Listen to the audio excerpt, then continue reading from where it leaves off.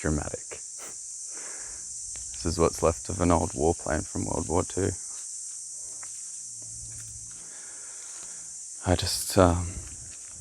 I'm actually looking to go to the beach, and this is on the beach, just like in Lost.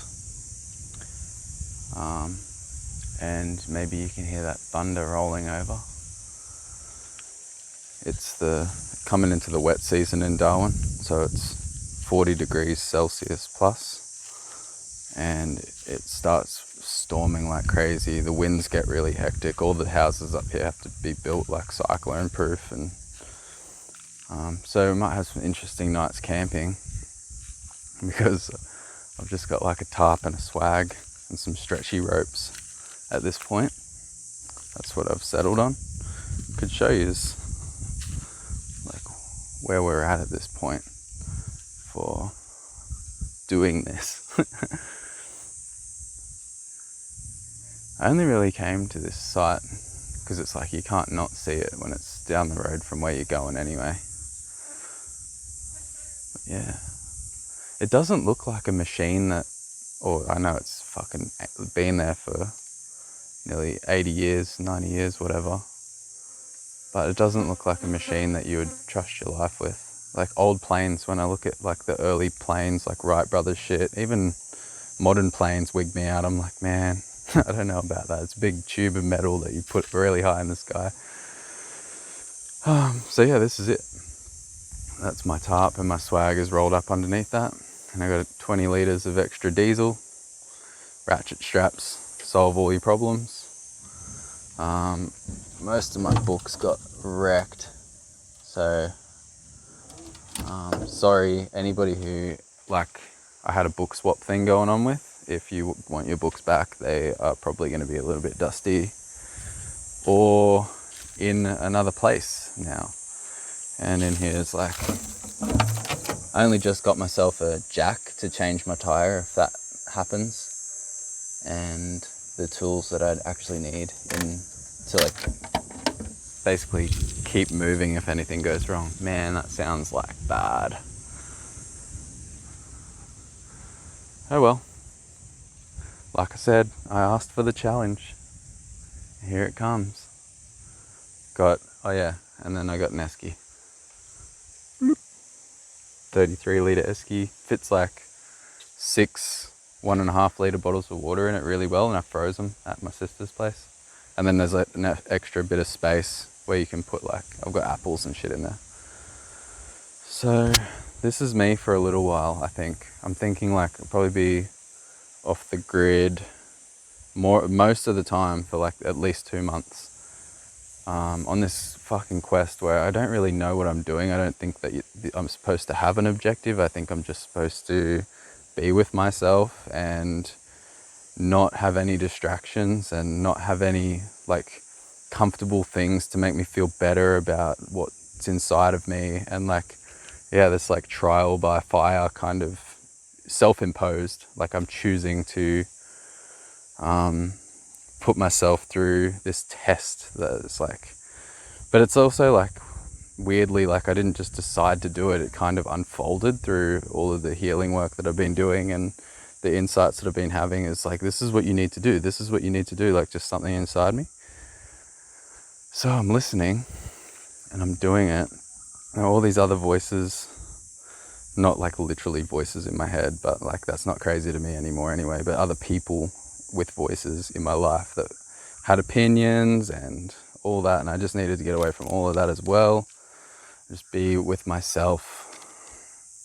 And I've learned so much already, like stuff that, like, as much as I hate to say it, like, yeah, it's like I had to go through this. If I ever wanted what I do want to ever occur, it wasn't going to happen while I had all the support and all the people around me, people telling me what I want to hear, people supporting me, like over supporting me and not letting me solve my own problems, or like no one's doing anything to me. I'm allowing it. I'm choosing it. I'm choosing comfort. I'm choosing to listen to other people. It was unclear. There was all this distortion in like what I should be doing. And that's what I'm eliminating now. I'm just getting to the absolute basics. I'm just being in nature by myself for ages, and I'm just eating apples and baked beans and shit and drinking water, and all my addictions are gonna be gone, just by virtue of the fact that there is nowhere to get anything that you would want. Like, you find out that when there's nowhere to buy the shit that you don't need, you actually don't buy a lot of shit. I think I spent like $33 on like this week. Like, that will get me through the week. And that's an abundance. That's like, I got extra bits of fruit and things, like, ooh, I'll treat myself with that. And I'm actually excited about what I've got.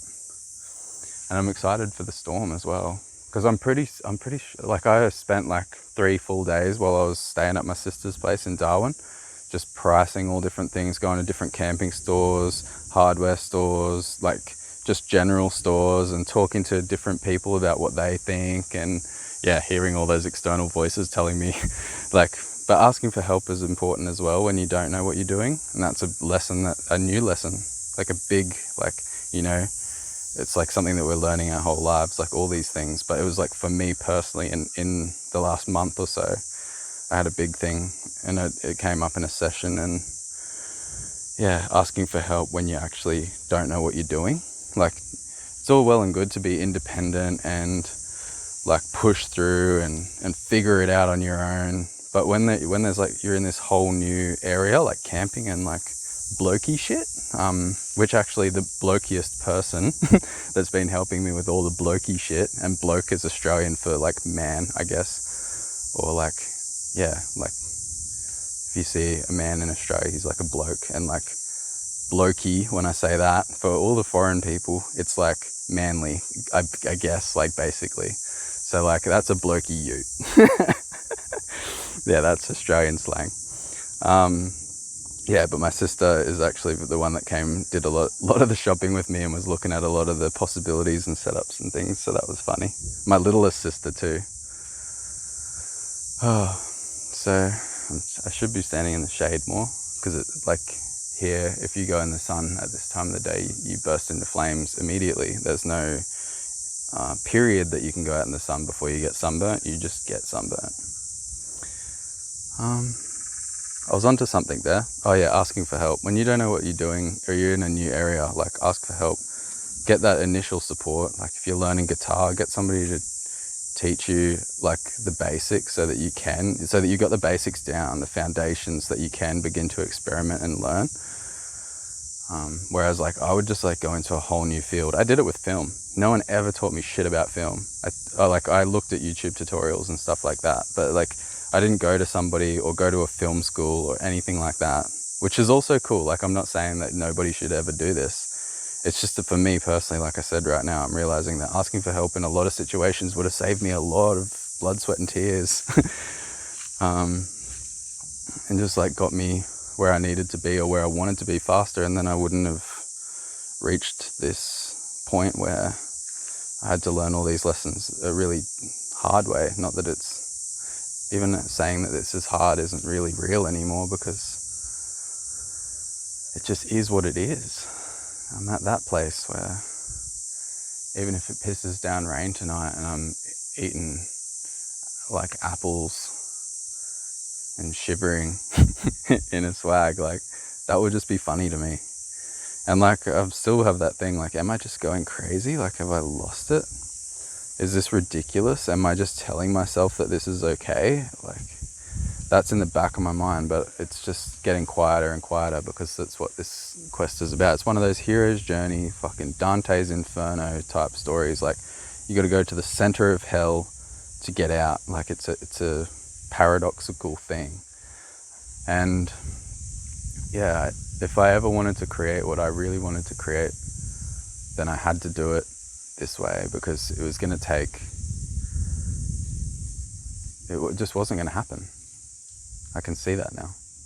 I couldn't have become who I needed to become in a comfortable place. I had to take risks, and I had to go into the unknown, and I had to do all this really scary shit, and the people in my life didn't want me to. Like I said, when I went home for Christmas and I told them, I'm just going to fucking leave. I'm just going to go and I'm not going to take anything. And that's like, I wasn't even going to have a car back then. I was like, just going to get like a swag and a backpack and just start traveling around Australia. And my family was all really worried and talked me out of it. But that's pretty much what I'm ending up back to now. Like, I very well could have like created that intention so strongly that I end up with just a swag and a backpack by the end of this journey.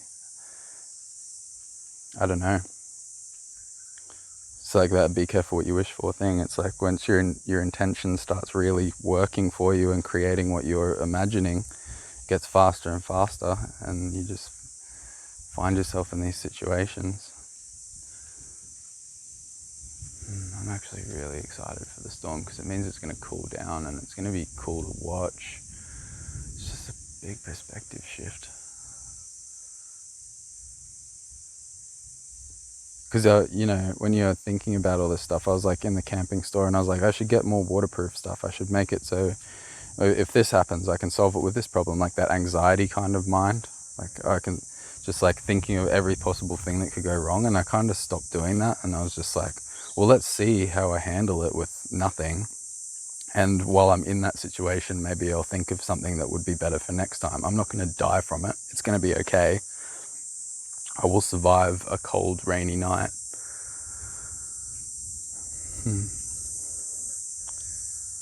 So yeah, I'm going to try and find the beach.